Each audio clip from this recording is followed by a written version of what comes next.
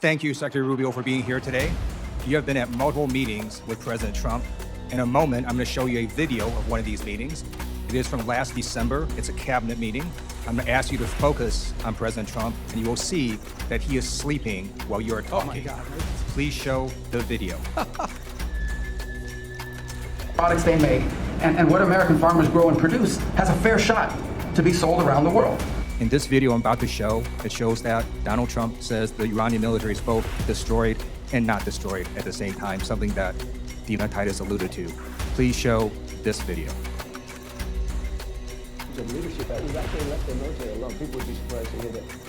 Because mistakes have been made in wars where you wipe out everybody, and then you have a country that's, for 40 years can never rebuild. And you look at what happened with Iraq. Iran is in a very bad position. They have no military. All they have is good talk, and they have a fake press.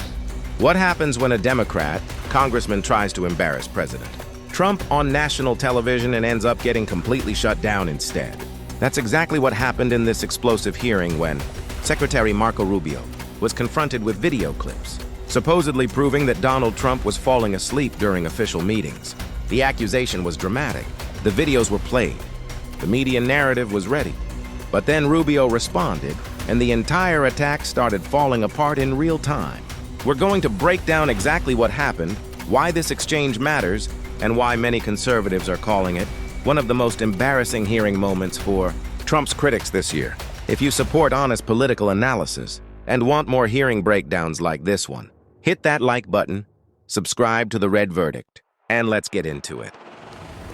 Thank you, Secretary Rubio, for being here today. You have been at multiple meetings with President Trump. In a moment, I'm going to show you a video of one of these meetings. It is from last December. It's a cabinet meeting. I'm going to ask you to focus on President Trump, and you will see that he is sleeping while you're talking. Oh my God. Please show the video. Products they make and what American farmers grow and produce has a fair shot to be sold around the world. On issue after issue, that's been the case. You talk about foreign aid reforms. This is not our money. This is taxpayer money. Secretary Rubio, have you been at more than one meeting where President Trump has fallen asleep? That's false. That's false. I've never seen him fall asleep. On the contrary, the guy doesn't sleep, which is a big problem because he calls me at 2 in the morning, he calls me at 5 in the morning. And I like to sleep a little bit, maybe not 12 hours, but at least 6. So he works. The other day he was at the Oval Office until 12:30 p.m. 12:30 a.m. I don't know what you're talking about. Secretary Rubio, I'm going to show you in a moment a video that shows you just lied to Congress. Oh, okay. So this is a video of a cabinet meeting literally from last month where Donald Trump is sleeping while you're talking. Please show this video.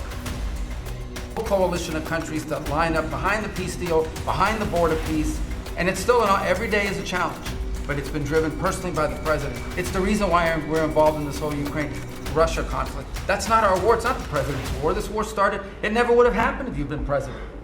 But this war is going on, and the president is trying to end it. You are literally talking about issues of war and peace, and Donald Trump is sleeping right next to you. No, he's not. If Donald Trump cannot stay awake at these important meetings where the cameras are rolling, imagine what he's like when the cameras are not there. So I'm going to ask you, have you been at classified meetings where Donald Trump has fallen asleep or had trouble staying awake? I've never been at any meeting where, and the things you're showing me now, he's not falling asleep. And So, I think so it's you're lying outrageous that I'm before again. the Foreign Affairs You're lying Committee of the United States consistently House of Representatives to asking questions Congress. about sleep. You're This is lying a to joke. Congress, Secretary Rubio. So I'm going to show you another video in a moment. The Show me all the president's inability to stay awake on the job has caused other countries to perceive him differently. They mock him.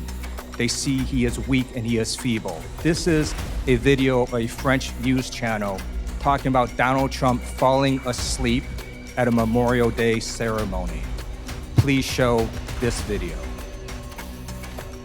Well, Mark, a video that appears to show Donald Trump falling asleep at a Memorial Day ceremony this Monday has been circulating heavily online. And internet users have a lot to say about it. It's also reignited rumors about the state of the US president's health. Now, in the video, social media users say that Trump is fighting sleep whilst he listens to the speech given by Defense Secretary Pete Hegseth, and that his eyes appear to be closed for a large portion of the ceremony. Now, we need to remember here that this is a ceremony to honor and remember those US military personnel who have died while serving in the armed forces. And the idea that Trump was asleep at a somber ceremony like this, well, that has triggered outrage online.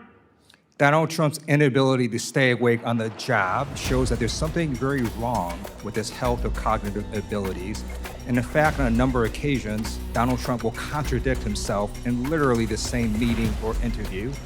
In this video I'm about to show, it shows that Donald Trump says the Iranian military is both destroyed and not destroyed at the same time, something that Dina Titus alluded to. Please show this video. Of leadership that was actually left the military alone. People would be surprised to hear that.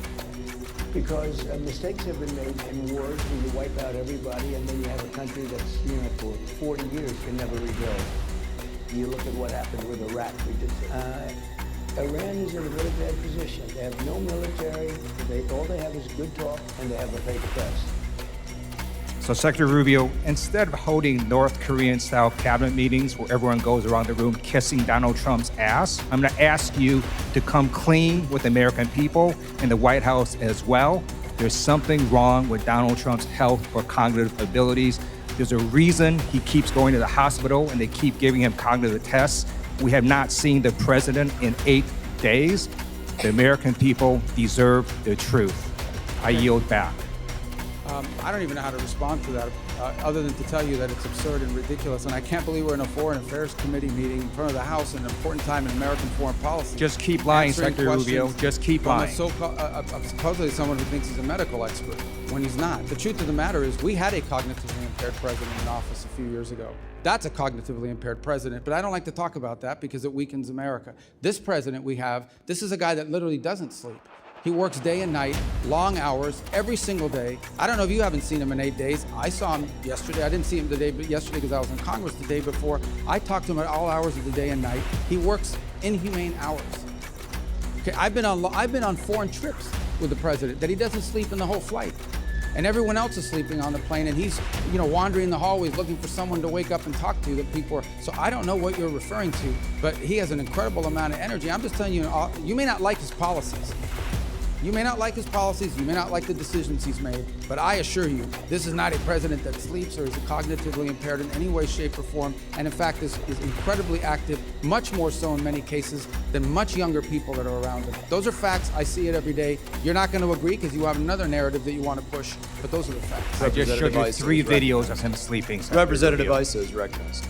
Thanks for waking me up. This hearing began with a congressman attempting to create a very specific narrative.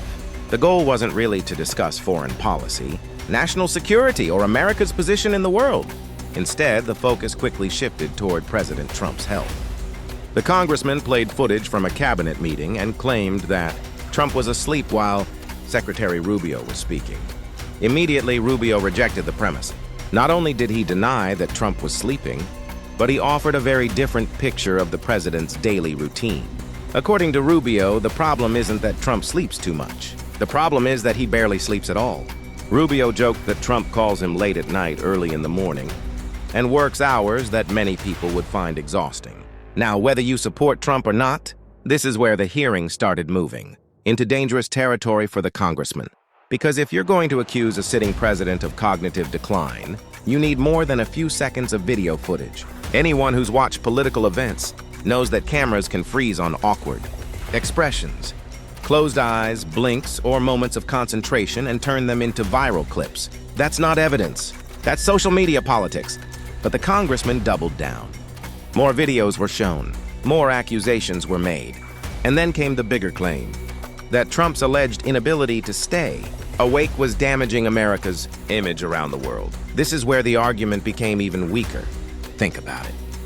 The administration has been engaged in negotiations, foreign policy initiatives, economic discussions, and major international diplomacy efforts. Critics can disagree with those policies. That's fair game. But suggesting that America's enemies are fundamentally changing their strategy because of a few viral clips is a much harder argument to make. What stood out most was Rubio's response. Instead of becoming defensive, he essentially turned the accusation around. He reminded everyone that America actually experienced a serious national debate over presidential cognitive fitness just a few years ago. Without dwelling on it, Rubio pointed out what many voters already remember. For years, Americans watched concerns about leadership capacity dominate headlines. Many of those concerns were dismissed by political allies and media organizations until they became impossible to ignore. That context matters because it explains why many conservatives view these new attacks on Trump with skepticism. They've seen this movie before, and from their perspective, the standards seem to change depending on who's in office. Another thing worth noting is the setting. This wasn't a campaign rally. This wasn't cable news. This was a congressional hearing focused on foreign affairs. That's why Rubio seemed genuinely frustrated. At a time when global conflicts, trade disputes, security concerns, and diplomatic challenges are dominating international headlines, the committee found itself debating whether Trump blinked too long during a meeting. For many viewers, that's probably not what they expect Congress to be spending its time on. Now let's be clear. Presidents should absolutely be scrutinized. Every administration should face tough questions. That's part of democracy. But scrutiny works best when it's focused on policy outcomes, decisions, and results. When the conversation shifts into analyzing facial expressions frame by frame, the argument starts losing credibility. And that's exactly what appeared to happen here. By the end of the exchange, Rubio looked less like a witness under pressure and more like someone bewildered that the discussion had reached this point. Meanwhile, the original accusation never really advanced beyond interpretation of video clips. No medical evidence, no official findings, no new information, just edited moments and speculation. For conservatives watching, the exchange reinforced a familiar belief. Rather than confronting Trump's policies directly, some opponents continue searching for viral moments that can be turned into headlines. Sometimes those efforts work. Sometimes they don't. In this case, many viewers will likely conclude that the attack backfired. Instead of raising serious questions about Trump's fitness, it gave Rubio an opportunity to defend the president's work ethic and portray the criticism as politically motivated. And that's why this hearing is generating so much attention.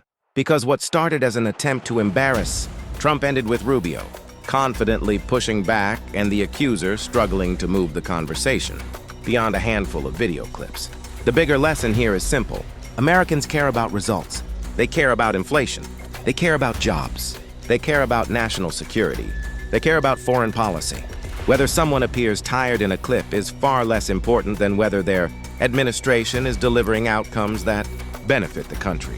That's ultimately what voters tend to judge, and that's likely what they'll continue judging moving forward. If you enjoyed this breakdown, make sure to like the video, subscribe to The Red Verdict, and let me know in the comments. Do you think this hearing exposed legitimate concerns, or was it just another political stunt that completely backfired? I'll see you in the next verdict.